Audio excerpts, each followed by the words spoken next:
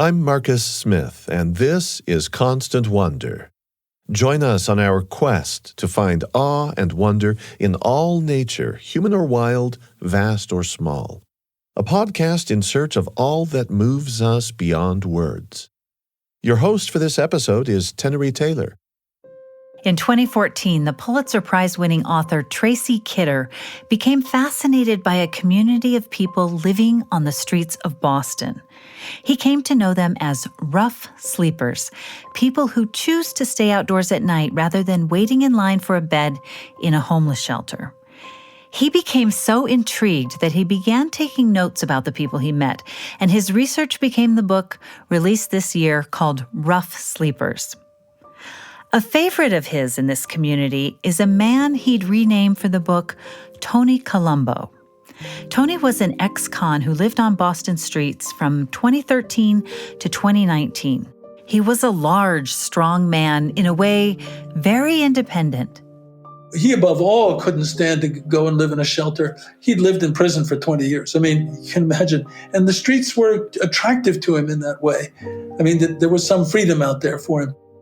Tony wanted to hold on to that freedom, but he was looking for a community, and Kidder observed that this was a guy who was hunting for a purpose in the world, and he was trying to go straight, and he wanted to rejoin society, I think. He would defend the weak people, and women called him the night watchman. He wasn't hitting on any of the women. He would stay up and guard them at night. He was quite extraordinary. But Tony was also quite sick with various ailments, and he'd often wind up at McGinnis House, a clinic which serves unhoused patients. Though Tony was much more than a patient there.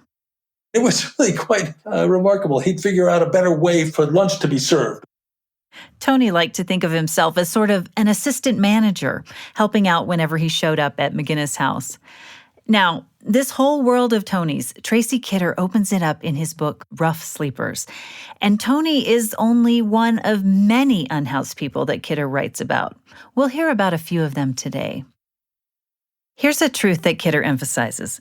There is goodness, decency, and even ingenuity in these people living on the streets of Boston. We'll hear their stories, and though redemption will appear out of the bleakest tragedies, living on the streets as a rough sleeper involves frequent instances of physical and emotional trauma, including sexual abuse. And we're not going to shy away from any of that in this episode. Kidder learned the surprising stories of Tony and other unhoused people through a doctor, Jim O'Connell, who himself defies stereotypes. He's not your typical busy, detached doctor. Well, he is busy, but that's because he spends inordinate amounts of time with his patients, most of them unhoused, and he is unfazed by the roughness of his patients' past. I could see how much fun this might be for him. I mean, he had patients. One of my favorites was a former bank robber. And so Jim would be there, sitting there examining him and asking him, how do you do it? Learning just exactly how you go about robbing banks. Kidder followed Dr. O'Connell for 5 years, from clinics in homeless shelters around Boston to vans that searched the street at night for sick, homeless people who might be resistant to seeking treatment in clinics and hospitals.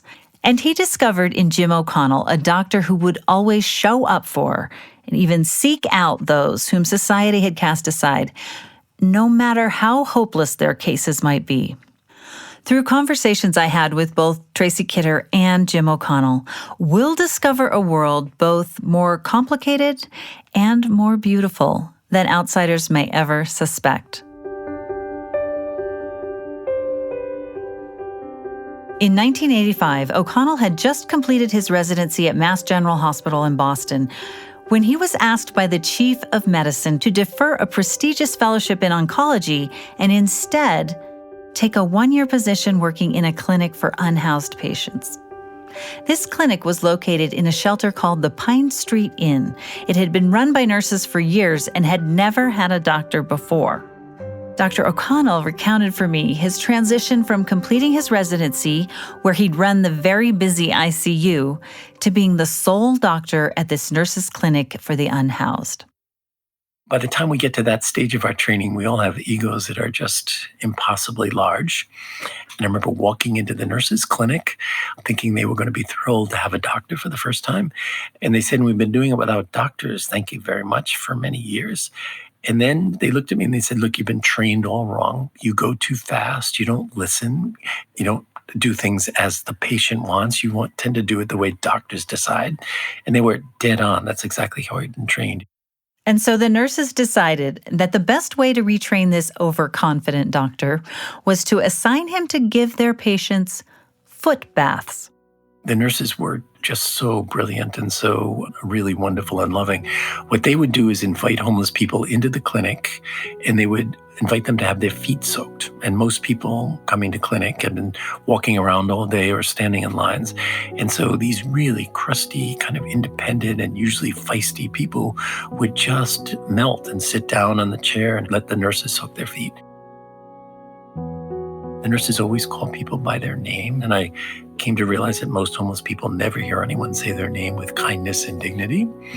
And so that initially was magic. And then the nurses took away all my doctor stuff, took away my stethoscope and all the things that you have in your black bag. And they made me an apprentice, and I soaked feet literally for almost 2 months as my true apprenticeship. And it was probably the best thing that ever happened to me. I learned that it flipped the power structure. I was at the feet of the person I was serving. I wasn't in their very personal space the way I would be if I was the length of a stethoscope away from their faces and hearts. And it gave me a chance to just be patient with people. And it was miraculous. Jim O'Connell never did get back to that fellowship he'd been awarded. Nope, he's been treating the homeless in clinics throughout Boston for nearly 40 years.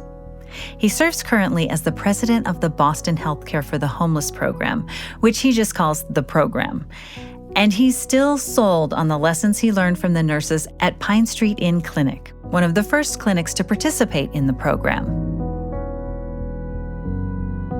There's a story of one particular man in Rough Sleepers, the book. He's given the pseudonym of Mr. Carr. I'm wondering if you could tell us that story, because this was not the first time that you had seen Mr. Carr. No, Barbara McGinnis, who, by the way, was the nurse who really taught me almost everything I know. So when you hear me talking today, please understand this is all coming from nursing theory rather than medical theory. But Barbara had me soak the feet of one particular man who suffered from a really terrible form of schizophrenia. He was very paranoid. Somebody we had seen many times over the years at Mass General's emergency room. And we had put in his chart, because he never did anything we asked, we put down that he was treatment resistant. And that was fair enough. The police would bring him in, or the EMS would bring him in. He'd be in a small exam room. His feet would be terribly swollen, usually with broken ulcers and things that needed to be treated. But he would say, thank you very much, and leave. And so I soaked his feet. And for a month, he just looked at me with that same wry smile. I used to see him within the emergency room. And he never said anything until about maybe a month later. And he looked down at me one night. And the first words he ever said to me was, hey, I thought you were supposed to be a doctor. And I remember this was during my apprenticeship, and nobody acknowledged I was a doctor. So I was thrilled that somebody at least had paid attention. And I said, hey, I am. I lit up. And then he looks at me and he goes, well, what the hell are you doing soaking feet? And I looked around and I didn't quite know how to answer that. And I could see Barbara and the nurses looking and saying, how's he going to figure this one out? So I said to him, I'm not really sure, but I do whatever the nurses tell me to do. And interestingly, that's what he had been doing for years, doing whatever the nurses told him to do. So he laughed and we kind of became friends. And about a week later, he said, hey, Doc, can you help me with sleep? I can't sleep at nighttime. Can you give me something? Within a month of that conversation, Mr. Carr was taking all of the medication that the ER staff had been trying to get him to take for 25 years. 6 weeks of foot soaking turned out to be probably the best investment on his long-term care we had ever done. Now, Dr. O'Connell may have said that he had a big ego, but even if that was ever true, it didn't stop him from having a high regard for each individual patient in his practice. One of his fellow doctors told Tracy Kidder that O'Connell had the ability to pre-admire someone, to like them before he even knew them. He said, look, most people aren't ordinarily going to be really attracted to someone who's lying in the dirt, is dirty, smells, and is asking for money. He said, but it's possible to do. And Jim was the best at it if anyone had ever seen. He said, what he seems to do is he'll say, I know I'm going to like this person eventually. I just don't happen to know the reason yet. So he would pre-admire them. I think there's something deeply, almost mystically Christian about that, or religious about that sentiment. And that inclination to pre-admire people was likely tied up in his skill as a good listener. During most of the time that I was drifting through college and toward medical school, I would survive by bartending. You're behind a bar. People come and sit down and talk to you. And it's a long night if you don't like to listen. And so I learned to be kind of good at listening while I was making drinks. And I finally realized I wanted to have a skill that meant more than just making someone's drink. I would really like to take care of some part of their human body or psyche. Jim O'Connell's new position with the program would require him to care for both body and psyche. And a very important part of his work was finding value in people whom society had cast aside. In just a moment, we'll get to know his unlikely and self-appointed assistant, that Tony Colombo fellow I've already mentioned. He was a felon and a chronic drug user who actually held the homeless community together. He had such a generous and protective nature. I'm Tenery Taylor, and this is Constant Wonder.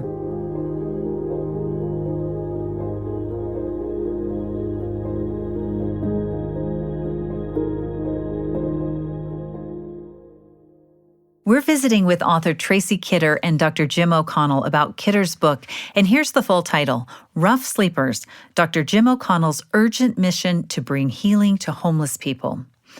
One of the book's main figures is a man given the pseudonym Tony Colombo. He was a large, imposing man, and his story highlights so well the triumphs and the limitations of a program that seeks out and treats society's most vulnerable. Tony witnessed a murder when he was just 6 or 7, and his father regularly beat his wife and children.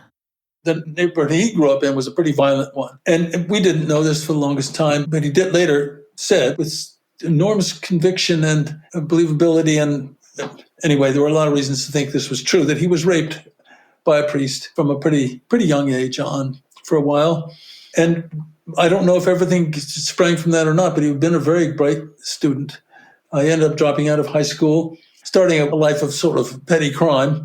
And he also had a lot of psychological problems. We know because, he ended up going for psychiatric care to a place called the Lindemann Center quite often.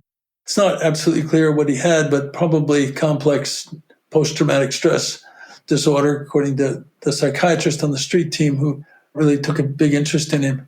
He committed a sex crime of his own, apparently. He was sent away to jail for a better part of 20 years, not quite 20.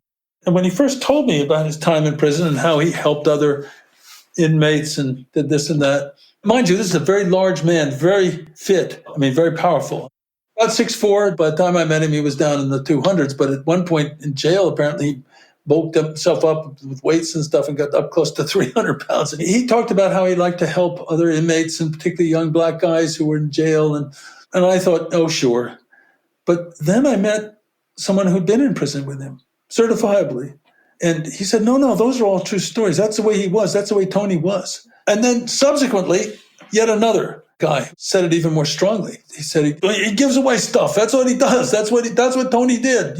When I knew him, he was constantly giving away cigarettes. If he had some money and somebody needed it, he'd buy him a Big Mac or something. He just had this enormously powerful instinct to give away pretty much everything he had. But for all Tony's generosity, don't think for a moment that getting released from prison meant smoother sailing. Things remained bleak for him. I would urge everyone to understand that this is so complicated, and I'd go back and forth about what is the right thing to do. Tony, for example, had done something when he was 17 or 18 years old. That was the only offense he had, and then spent the rest of his life paying for that. And, from some things you might want to say that offense was so heinous, that's the condemnation he deserves.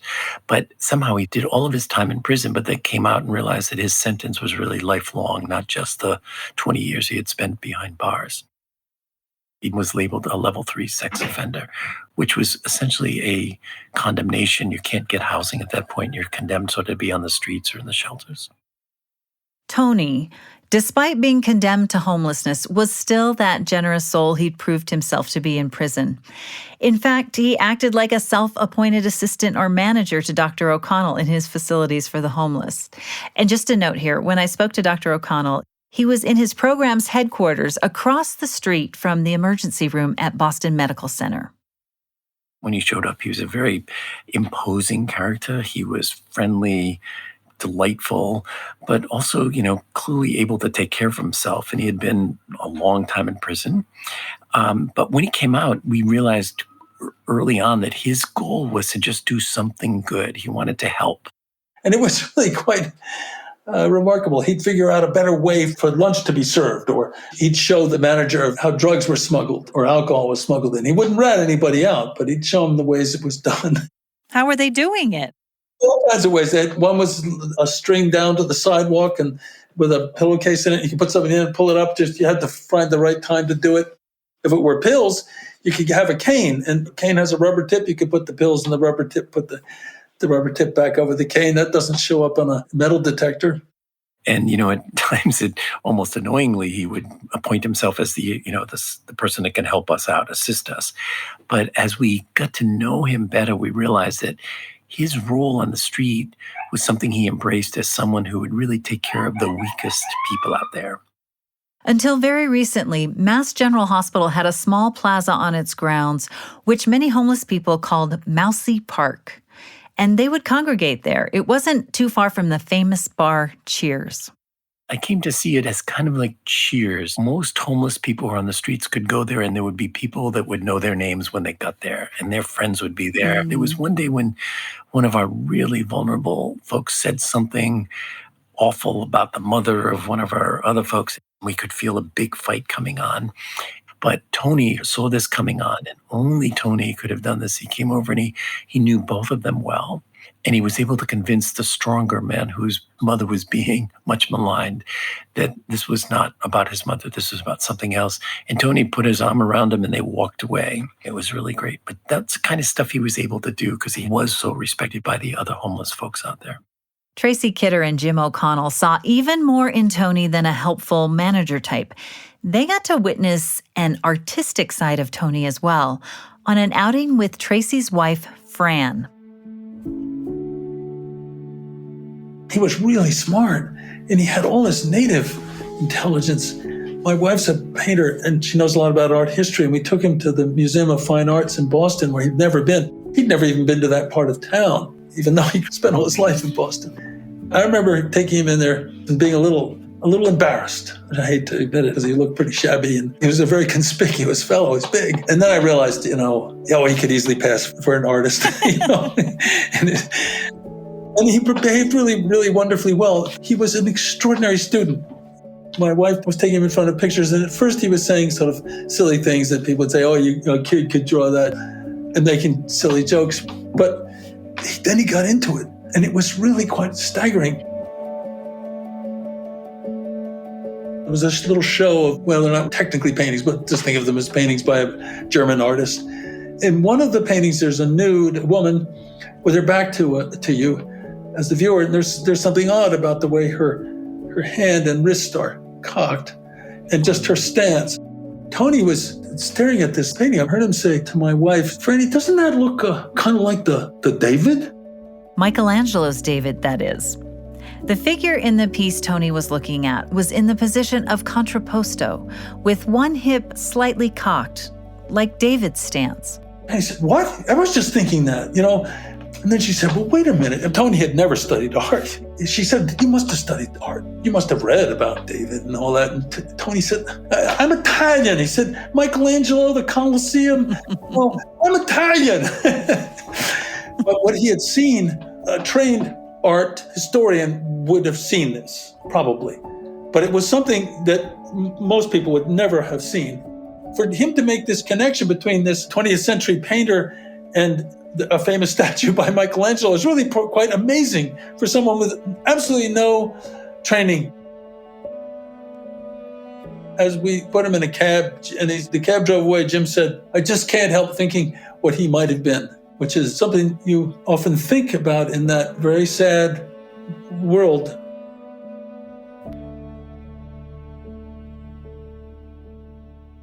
When he was sick, which was often, Tony frequently wound up at the McGinnis house, which was considered a respite house, a place where homeless people could go once they were released from the hospital across the street. This facility was the first of its kind in the nation.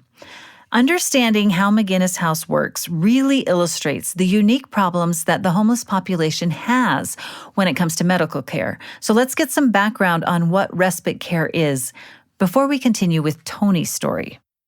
When we were first started, the homeless people were very angry with us doctors and with the hospitals for discharging them when they were still very sick after an illness. And where most people can go home and have their family and a visiting nurse and maybe some home health aides, people that leave the hospital after bad illness who are homeless go back to the shelters and walk the streets. And they were furious. And so one of the things they mandated us to do was to come up with what they called a respite program, a medical respite unit. And that's where people who were coming out of the hospital way too sick to survive the rigors of survival on the streets, but not so sick they needed to stay in the hospital, could go and have 24-hour nursing and doctor care. So we started doing that back in 1985 at the mandate of the people we were serving. Most surgery now is day surgery. Most chemotherapy is done as an outpatient. And think of if you're homeless and you have terrible cancer now and you have to have chemotherapy, you go have your chemotherapy, then continue to walk around the streets. So respite has become a place where you can provide the kind of care for homeless people that really requires a safe place to be able to do effective treatment. I'd like to go back to Tony's story because he could come in to the respite house and get some treatment for his physical ailments, but that's not long-term, right? It's not long-term for anybody. Usually what we do is have a length of stay somewhere between 2 and 3 weeks because the front door, somebody who's very sick needs to come in and use the bed. So that's always been a limit for us. We can't keep people 6 months or 8 months. So it's a real dilemma for us. And our staff struggles all the time with how do you discharge somebody who's doing so well, but at the same time you need to get the person who's really sick coming out of the hospital into a safe bed. Let's talk about Tony's health challenges and how hard it was to get him the treatment he needed. He emphasized for us, how difficult it is to survive on the streets and take good care of your health. And he struggled, with some substance use disorder. And he had long-standing ADD. And as a child, he had often been on Ritalin, which is like an amphetamine to help him be normal. So on the streets, people often will use, for example, cocaine because it acts like Ritalin for them. So people with ADD calm down with their cocaine. And he would, when he was feeling himself becoming hyper, would really want to get the cocaine. So he was in that, in that very terrible borderline where he was using it to stay normal, but had to get into criminal activity in order to get the cocaine. So that was one thing, trying to treat his ADD and his depression and the trauma, the post-traumatic stress that he had. But then he also had several medical problems, as so many of our folks do. There's often a combination of, the severe and persistent mental illness with a very acute and chronic medical condition or conditions.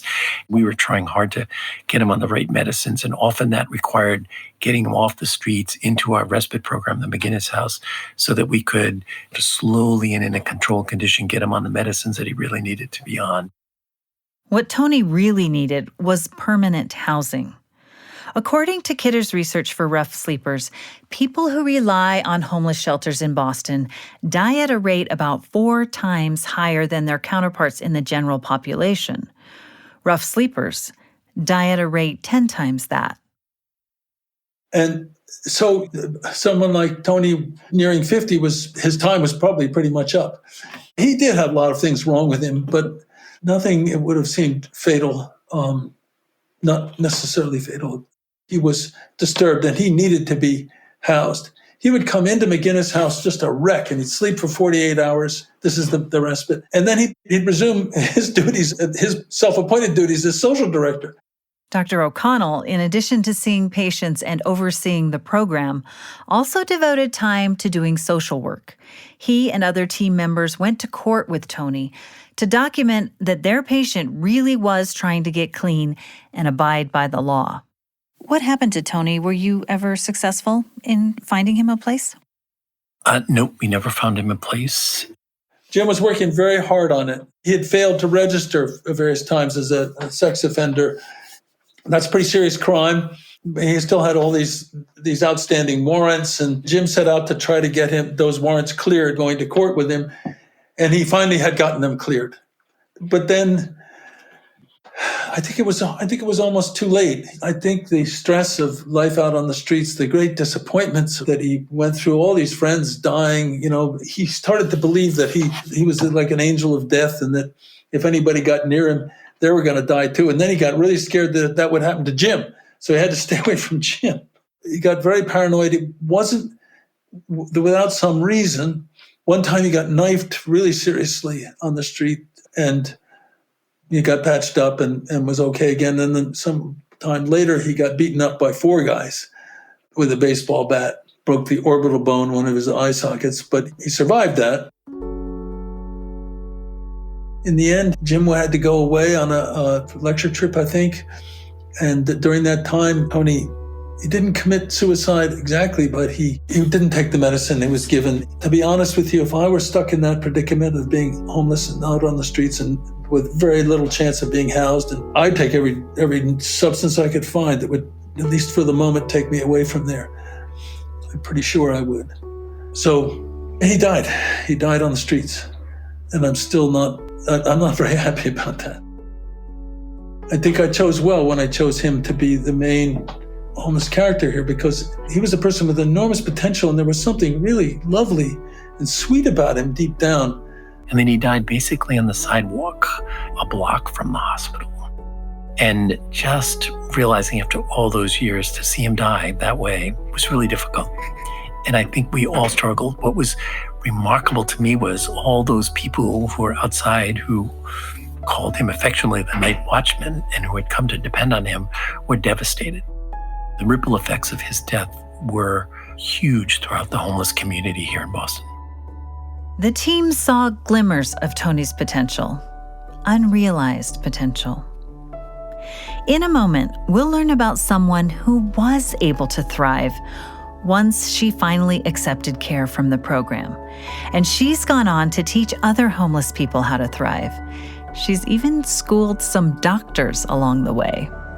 Now, I say finally accepted care because she lived on the streets on and off for 30 years, and she used to hide from Dr. O'Connell. Why do some people choose to stay on the streets, even when shelters will take them? I'm Tenery Taylor, and this is Constant Wonder.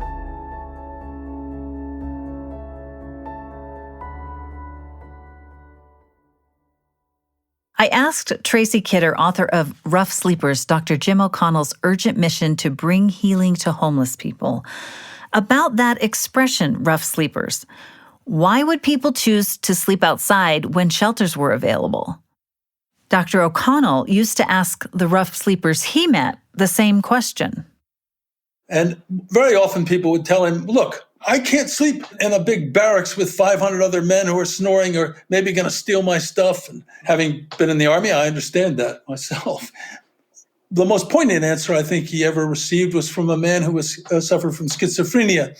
We found him late one night sleeping under the bridge, and it was a blizzard. It was really cold, and Jim begged him to come inside to the shelter just for that night. And the man said he just couldn't. He couldn't. And Jim said, why? And he said, when I'm in the shelter, I can't tell which voices are mine and which are someone else's. When I'm out here, I know which voices are mine. It's not really much of a choice, Tenery. It's a pretty awful choice. It's humiliating. Basically, you have to leave the shelter in the morning, usually, pretty early often, and walk the city streets and then get back in line to get a bed that night. The whole procedure. Once you're going to bed, you pass under these blue lights and your clothes would go in one place and they'd be disinfected, heated to some temperature, which would kill all vermin. And you walked right down a corridor of showers. And then you were given a night dress, more or less. This is the men's shelter, a big night robe, and given a bed with they all had numbers at the heads of them. It was pretty grim, actually. Now, 95% of Boston's homeless population stays in shelters at night. And so the city has installed clinics in many shelters across town, like Pine Street Inn, where Dr. O'Connell got his start. But it became clear during a tuberculosis outbreak, when people were dying on the streets, that they needed a way to reach those people who wouldn't come into the clinic. So the program got funding for a van that would drive the streets at night looking for those who were sleeping rough, outside. Tracy Kidder rode along on the van before he even began working on Rough Sleepers. In fact, it was his first van ride that piqued his interest in Dr. O'Connell's work. It was like a whole world that had been lying in plain sight that I hadn't realized was there. We'd stop at these various places, and I gathered that they were pretty much routine stops because you knew who was going to be at this one and who was going to be at that one. They'd say, well, are we worried about anyone particularly? And if so, they would try to find that person to make sure they didn't need to be brought into the hospital. It was always a standing invitation that the van would take you to a shelter or, if need be, to a hospital. But what really struck me about it was the relations between this Harvard-educated doctor and these people who were, some of whom were arguing drunkenly with statues in parks and others just, lying on park benches. But the warmth in the relationships was really quite fascinating to me and improbable, it seemed to me. And I wanted to know more. The van was never intended to be a mobile clinic. Its purpose really was community outreach, to find people on the streets and convince them to come into an actual clinic. Jim O'Connell had to come around to this way of thinking about how the van could have the greatest impact. The van, which was designed by homeless people themselves, by the way, is really interesting. We've always had a core of homeless people that help us design and implement our plans and programs. But they didn't want a medical van as I did. I really wanted to fashion a really fun medical van. But they said, look, when we're outside sleeping in the middle of a cold night, we're not looking for a doctor or a nurse. We're looking for soup and sandwiches and blankets and clothing. So the van was deliberately made into a van that went out and still to this day goes out every night from 9 at night till 5 in the morning. And I would serve soup and sandwiches, but it's how I would get to know the folks on the street. And then I could sort of parenthetically say, if you need anything, I'm a doctor, and that's how we kind of earn trust at this without trying to frighten people away by being a doctor. And once we got to know them, it was very easy for them to accept us as doctors and nurses. Our real goal was continuity. So we see people on the overnight van anyway, several times a month, if not twice each week. And that continuity has really had a huge return on our ability to then provide, not only acute and episodic care, but real chronic care and management of chronic illnesses. So, we've had people that we've had to manage their heart failure out on the streets because they won't come into the clinics. Other people will, once they get to know us, will come in and see us in our clinics at Mass General Hospital or Boston Medical Center or in one of our shelter clinics. But that van has been really the tip of the spear for getting to know people and getting them to trust us. Joanne Garino, her real name, by the way, was a rough sleeper for many years, choosing to live on the streets. She used to hide when she saw Jim out on the streets because she was ashamed. Joanne had a horrific life for decades, and her experience is shockingly common for people who are unhoused. Studies have shown that 84% of women living on the streets have been assaulted at some point in their lives. She was raped by not a member exactly of her family, but an older man for a number of years, I think from the age of 8 or something. Her mother had deserted the family. Her father, according to Joanne, did his best, and he didn't know about this. If he had, there'd probably been a murder, she said. She had a kind of checkered life. She described herself as very cute. She had a lot of boyfriends, but she ended up taking a lot of drugs. She ended up getting HIV. Joanne lost an eye to a stabbing and later developed hepatitis C and rheumatoid arthritis. But she didn't make use of the services of the program until she was injured in a motorcycle accident. It was during her time recovering in McGinnis House that the staff convinced her that her life mattered, that she could stop using drugs to mask the pain of her past, and that she could forgive her mother. And she began, haltingly, to do all of those things. She now uses a walker or a wheelchair, and though she is successfully housed, she's quick to instruct her doctors and med students about their own biases against homeless people. When homeless people end up in the hospital, it's frequently the place where we, the doctors and the staff, will be most neglectful of them. We often stigmatize them. They don't have nice clothes. They often haven't showered. So there is a lot of real pain that homeless people go when they come into our hospitals that just aren't geared to take care of them. And Joanne will be the first when someone comes in and is sort of standoffish. She'll make them look her in the eye, for example, which I think is one of the most powerful things going. And she'll say, you can't take care of me unless you're going to look at me. And she really teaches the students how to really pay attention to her. And because she's got such complicated medical things, they need to pay attention. So she's exquisitely effective. I remember a fellow in orthopedics who was going to look at whether she might need her hip replaced or not.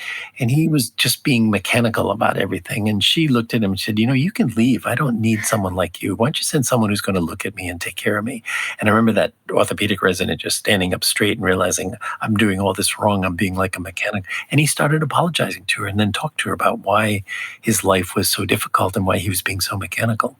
And she was magic. She just, helped him understand people are people, and you've got to treat them like people.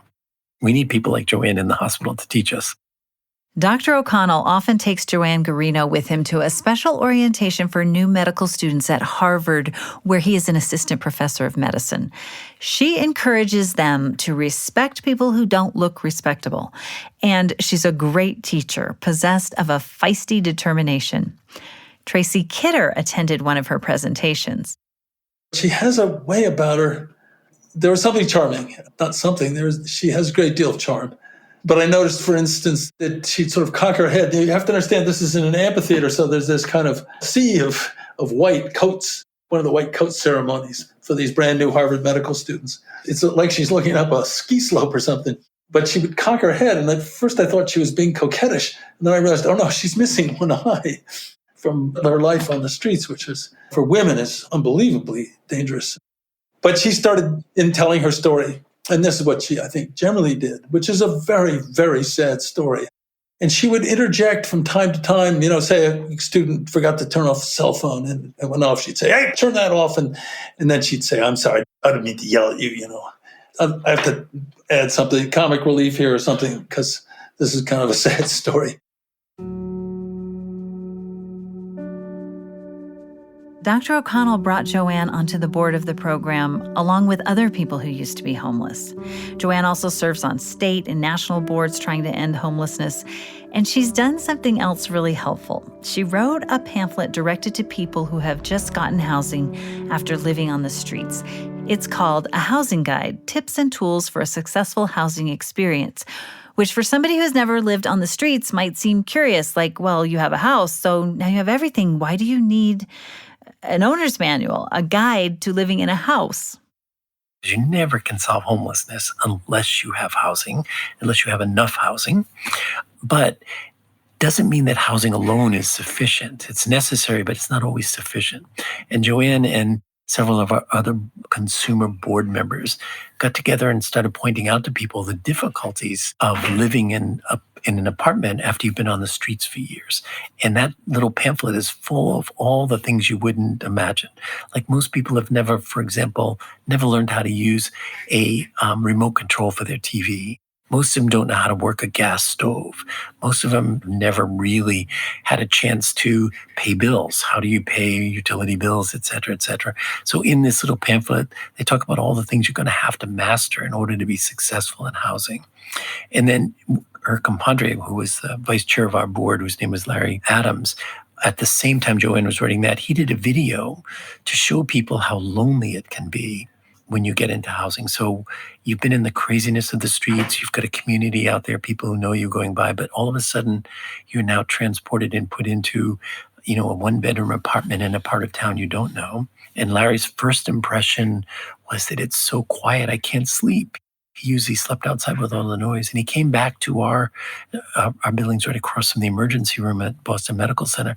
And he actually taped the sounds all night so that he could bring that tape home and play it so he could go to sleep with all the ambulances and the cars and the horns and everything. And then they talk very openly about the depression almost everyone feels after you look so forward to getting into housing and you're so thinking that that's the final answer. And then you get in and you realize after a while you're lonely, you don't have friends, you don't have a community, you don't have the support you're looking for. And then how to cope with that is something that they talk about very realistically and very honestly. I guess it can be tempting if you get an apartment and you've made friends on the streets to just bring people with you. How much of a problem is that? It is a major problem, and I'll tell you why, because I keep thinking of Mousy Park, for example. There's a real community there, people who know each other, and they know when each other might be in trouble, and they rally to help. And the example I can give you is during COVID, when we finally had vaccinations. You'd think that homeless people would be very reluctant to have it, but in fact, most of our street people, our rough sleepers, were happy to get a vaccine because they knew it would protect each other. Kind of interesting upside down thinking where most of us in communities are a little bit more selfish. They are much more aware of how devastating an illness can be for their own population. But if it's a very cold night, for example, and you have an apartment that's warm, your friends from the street are going to say, please let me in, just let me in. And I just have to admit that if I think if I were in their spot, I would let those people in. How can you leave them outside? They're your friends. But inevitably, that's going to violate some of the rules of the housing that they're in and jeopardize their ability to keep the apartment.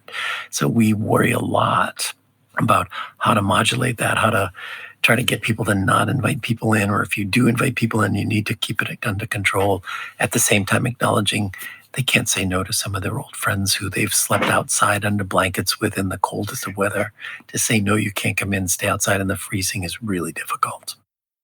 Tracy Kidder spent 5 years following Dr. O'Connell's work, 5 years investigating this world that he admits he'd never really noticed before. It was hidden in plain sight.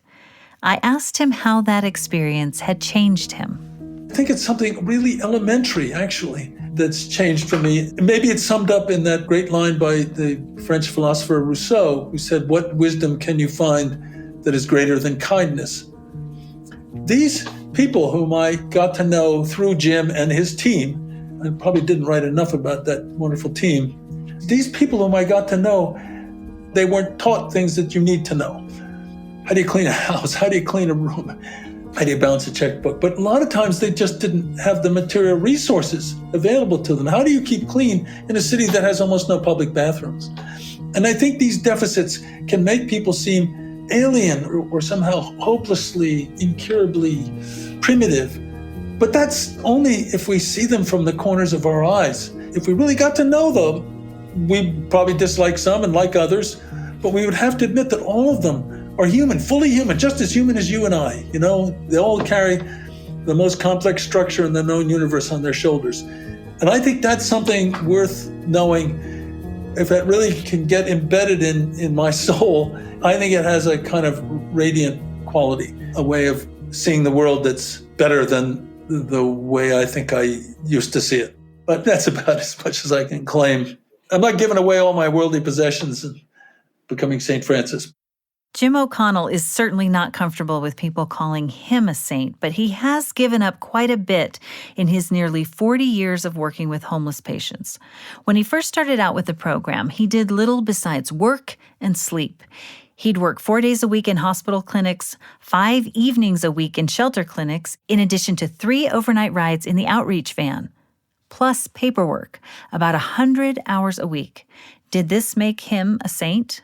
When I look back over the almost 40 years, I realized that early on I had, and I say this with all due self-inspection, I had no work-life balance. That to get this program going and to address, we had the AIDS epidemic, we had TB outbreaks, we were small staff trying to do way too much.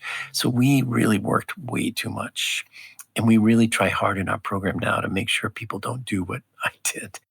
I was married late, and our only child, which she came very late in our life, Gabriella. And my mother, by the way, used to say that I was guilty of living my life backwards, that I should have had my children 40 years ago rather than now.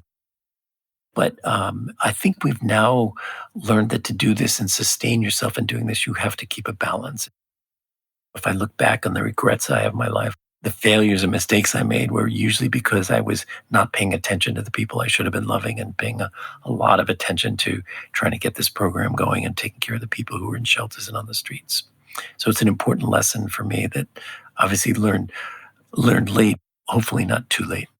The sheer scope of the problem of homelessness seemed to demand so much from a young Dr. O'Connell. Where do you draw the line with so much hopelessness haunting the lives of people on the streets? And if you give everything you have to the problem, knowing it will never be enough, what might you lose in the process? Your faith in our social institutions, in humanity, in God? Okay, I want to ask you a question that was put to you by Tony. And he was very distressed at this point in his life, and he felt like the world had turned against him. He said to you, he said, "Where do you see God, Jim? Where do you see God?"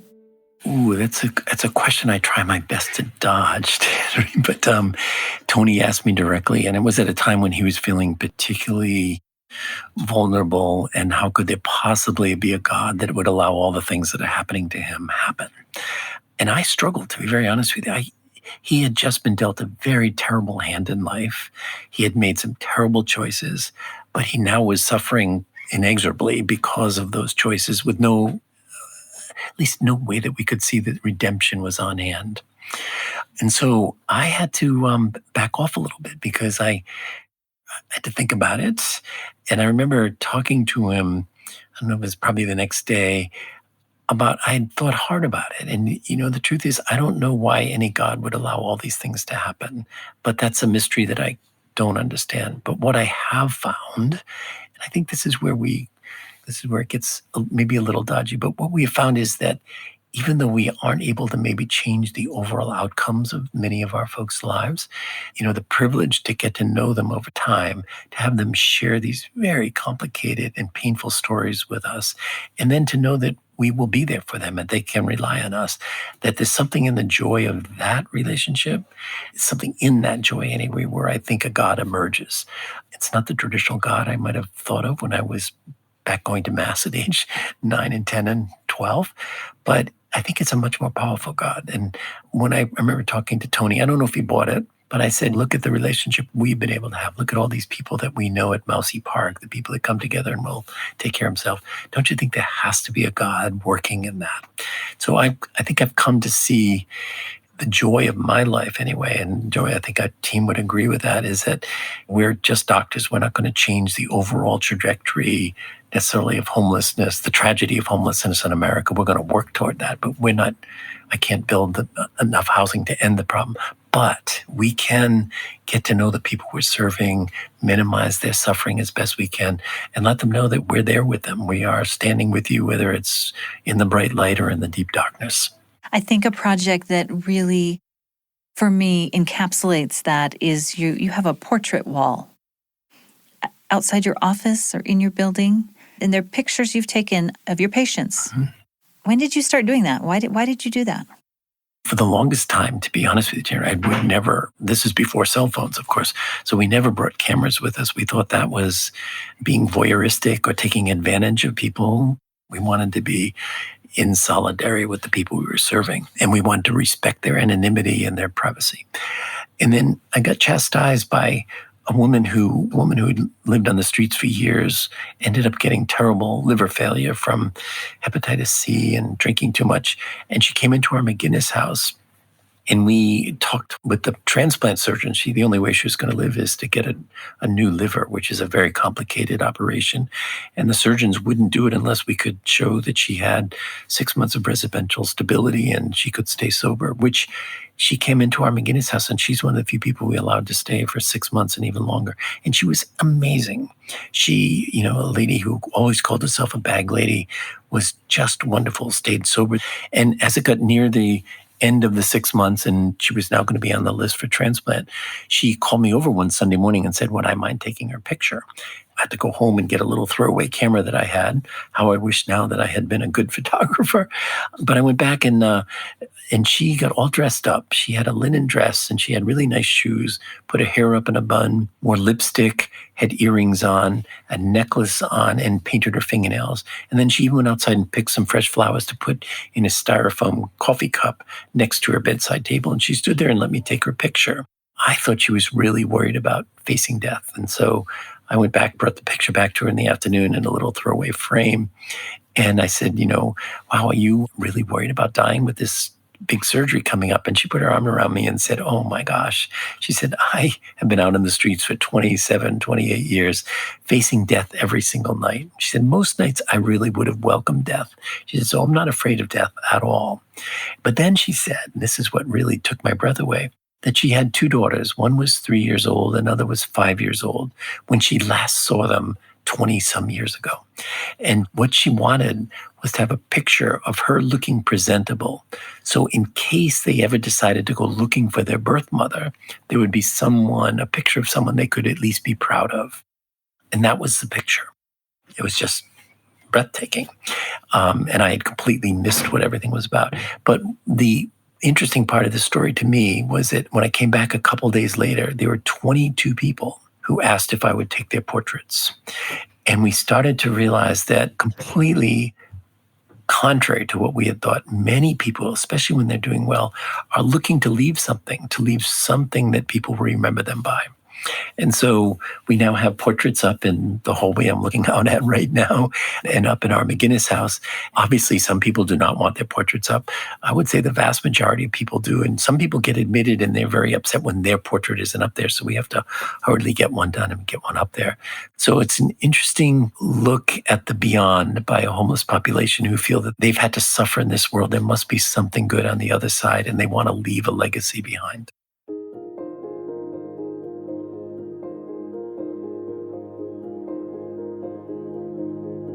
Jim O'Connell is president of Boston Healthcare for the Homeless Program. He's the subject of the book Rough Sleepers, Dr. Jim O'Connell's urgent mission to bring healing to homeless people. We were also joined this hour by the author of that book, Tracy Kidder, a past winner of a Pulitzer Prize for nonfiction. I'm Tenery Taylor. I produced this episode with help from Lily Jensen, Eric Schultzka, and Marcus Smith. Sound design by Kevin West and Mitchell Towsley. We hope you love what you're hearing on the show. If you do, please leave a helpful review or a 5-star rating on your favorite podcast platform. And share this episode. It helps so much to get the word out. Constant Wonder is a production of BYU Radio.